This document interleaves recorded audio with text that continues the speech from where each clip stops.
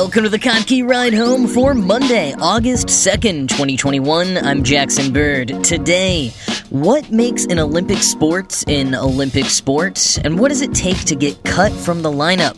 Namely, why is baseball getting cut once again in 2024, but breakdancing will make its Olympic debut? A breakdown of how it works. Plus, Boeing is trying again for a successful launch of their CST-100 Starliner tomorrow afternoon. What went wrong last time and what's at stake? And the mysterious jetpack man has returned to the Los Angeles airspace. Here are some of the cool things from the news today. I've been talking up the new sports at this year's Olympics a lot on this show, especially skateboarding. My latest curiosity is watching how each nation decides to interpret what a skateboard uniform should look like. Baggy shorts, khaki pants, button-down shirts. In its inaugural year, the wardrobes are kind of all over the place. And maybe I'll dig into this a bit more in a future episode because I am unreasonably fascinated by it. But yes, skateboarding is one of 6 new-ish sports added to the Olympic lineup this year, which has a lot of people wondering, what does it take to be added? And why do some get taken away and sometimes return?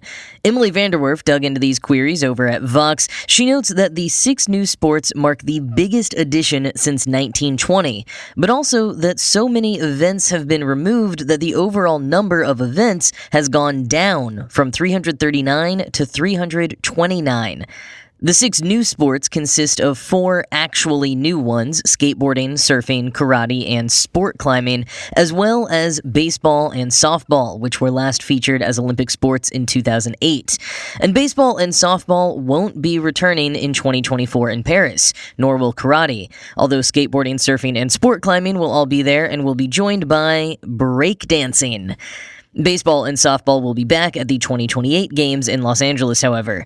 What's with all the shuffling around?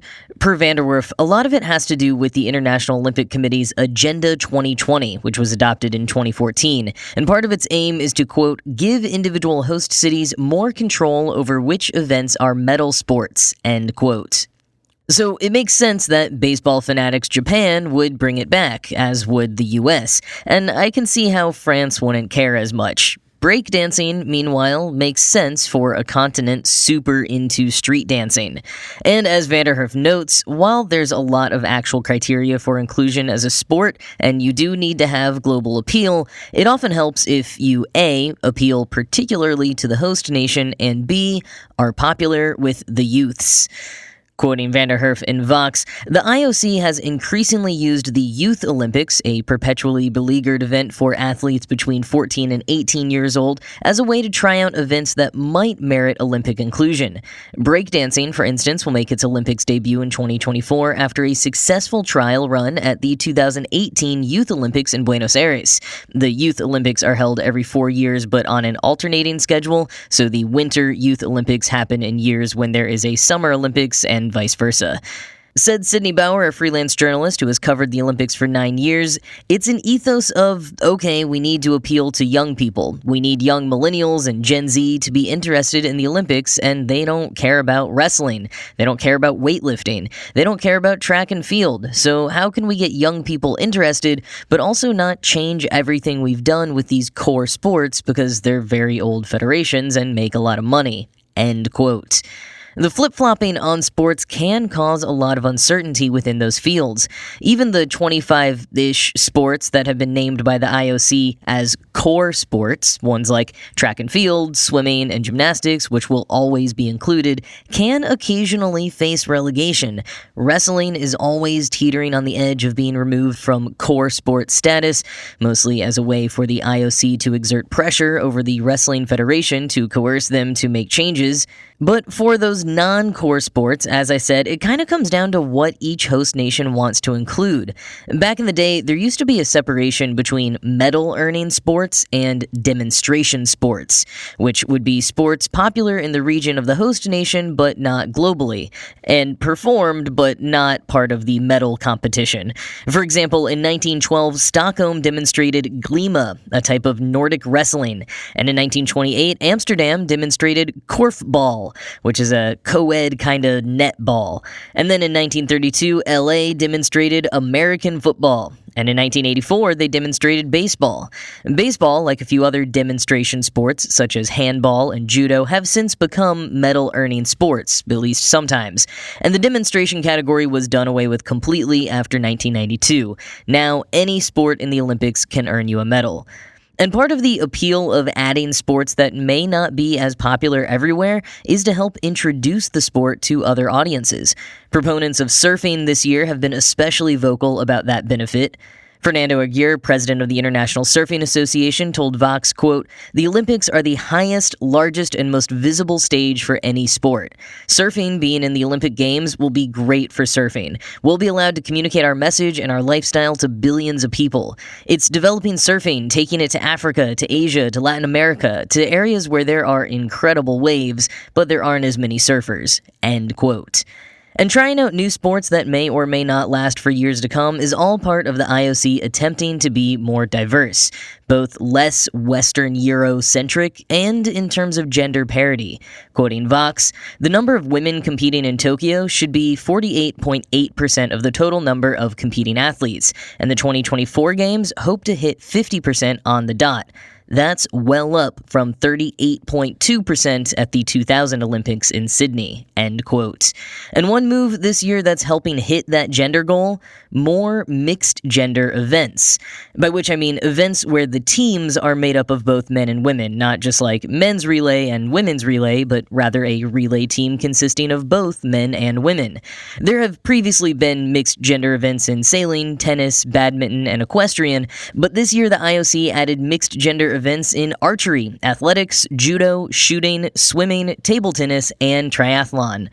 Writing for Sports Illustrated, Michael Rosenberg underscored Vanderhurf's point about the Olympics just kind of throwing things at the wall to see what sticks, saying, quote, "I love the mixed events. They're fun, they showcase different kinds of athletes, and the Olympics are the perfect venue for trying new things, because they're a big, complicated mess and nobody can make sense of them anyway." End quote. The new mixed gender events are mostly getting positive feedback, and most are organized so you have, for example, 2 men and 2 women. It's not like one team will have 4 men and another 3 women, and then some debate could erupt about gendered advantages. The amount of athletes per gender you get is codified. However, quoting again from Sports Illustrated, "In the mixed medley swimming relay at the Tokyo Aquatic Center, each country was allowed to choose 2 men and 2 women to swim the 4 strokes, though the Russians tried to enter 3 male swimmers and a pharmacist." End quote. Now listen, I know a lot of people of various genders that most people have never heard of, but pharmacist is new even to me. All jokes aside, the IOC's obviously got a lot of work to do when it comes to sexism, racism, and more, but it's good to see some strides being made. And as for future sports that could be added via this bureaucratic but ultimately kinda subjective process, according to Vanderhurf, cricket, flag football, and even ultimate frisbee. Though if we're open to adding sports that were popular intramurals when millennials were in college, my vote goes for Muggle Quidditch all the way. Which, by the way, created a really equitable approach to gender for their athletes nearly a decade ago, brilliantly called Title 9 3/4. But that's a story for another time. Still, maybe the IOC should hire the International Quidditch Association as consultants.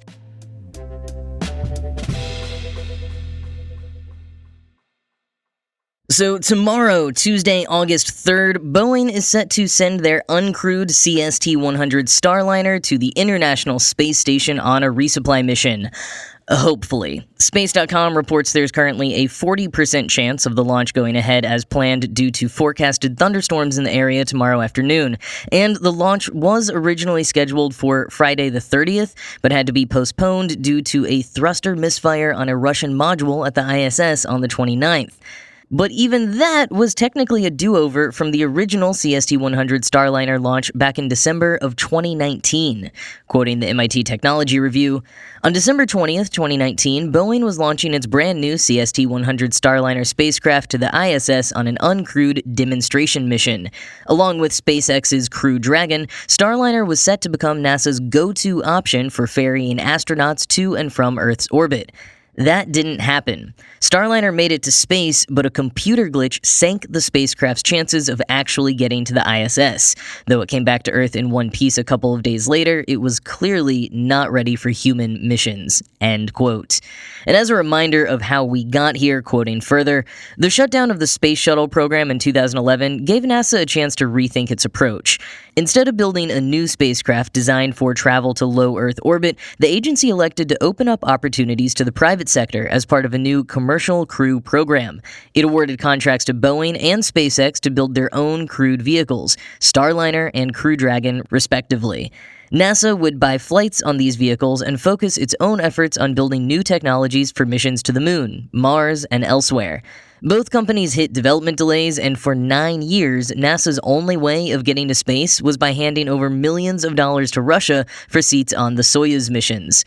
SpaceX finally sent astronauts to space in May 2020, followed by 2 more crewed missions since, but Boeing is still lagging behind. Its December 2019 flight was supposed to prove that all its systems worked and that it was capable of docking with the ISS and returning to Earth safely, but a glitch with its internal clock caused it to execute a critical burn prematurely, making it impossible to dock with the ISS. A subsequent investigation revealed that a second glitch would have caused Starliner to fire its thrusters at the wrong time when making its descent back to Earth, which would have destroyed the spacecraft. That glitch was fixed mere hours before Starliner was set to come back home. The software issues aren't unexpected in spacecraft development, but they're things Boeing could have resolved ahead of time with better quality control or better oversight from NASA. End quote. Now, the problems have hopefully been solved, with Arizona State University space policy expert George Autry telling the Tech Review that he expects this orbital flight test 2 to go perfectly. And for the record, NASA isn't making Boeing do this second Starliner test flight. They decided to do it themselves, and to pay for it, to the tune of $410 million. But it could be worth it if it goes well, because Boeing is in desperate need of good PR. Apart from the highly publicized 737 MAX crashes in recent years, Boeing is responsible for building the booster for the Space Launch System, which continues to be delayed as its budget bloats ever further. There's also been accusations of fraud and being named in a criminal probe relating to a bid for a lunar lander. Not to mention, if this flight test fails, their relationship with NASA could falter. Something that maybe didn't used to matter as much back when there weren't so many other companies throwing their hats in the ring. Boeing used to be NASA's primary partner, working with them from the very beginning of the agency in 1958, building the first capsules for Apollo astronauts and helping maintain the International Space Station. But SpaceX has pulled ahead, and one more failure could make it even harder for Boeing to catch up.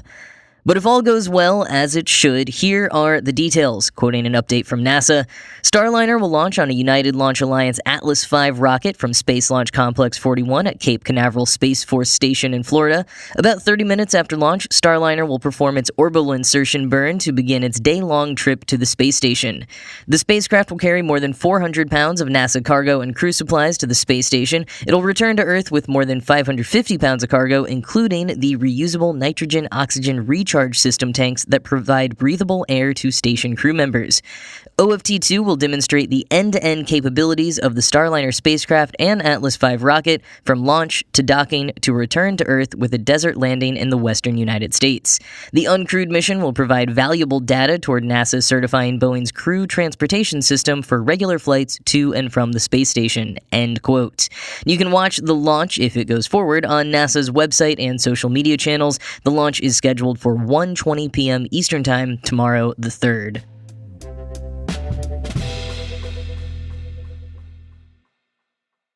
Jetpack Man is back again. Last Wednesday, a pilot identified an object he believed to be a person with a jetpack just east of LAX at an altitude of 5,000 feet. The LA Times provided quotes from air traffic control and pilots upon sighting the man. One air traffic alert said, quote, "Use caution, the jetpack guy is back." End quote. And a controller asked a pilot if he saw a UFO, to which the pilot replied, quote, "We were looking, but we did not see Iron Man." End quote. Which does make me think about how annoying Iron Man must have been to all the air traffic controllers.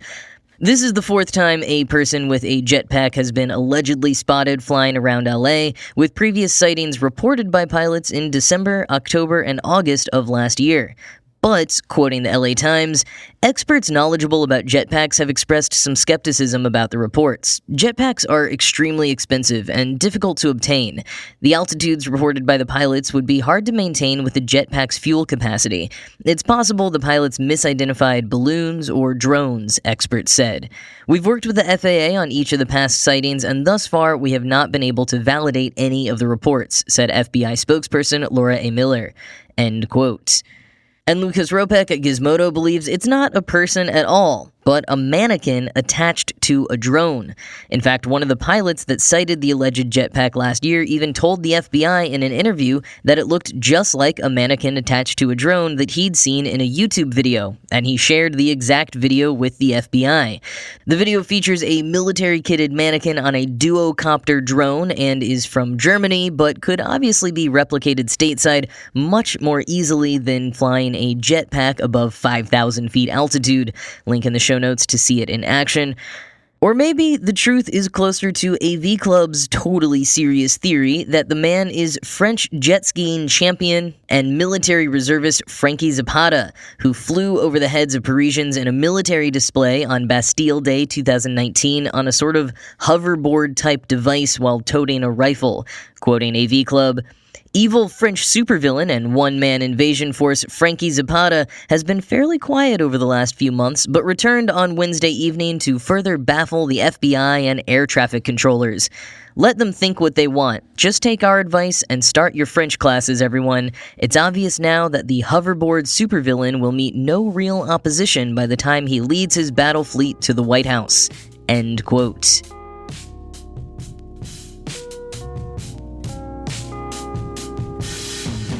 Well, that is it from me for today. As always, this show was produced by Ride Home Media and Kottke.org. I am Jackson Bird, and I will talk to you again tomorrow.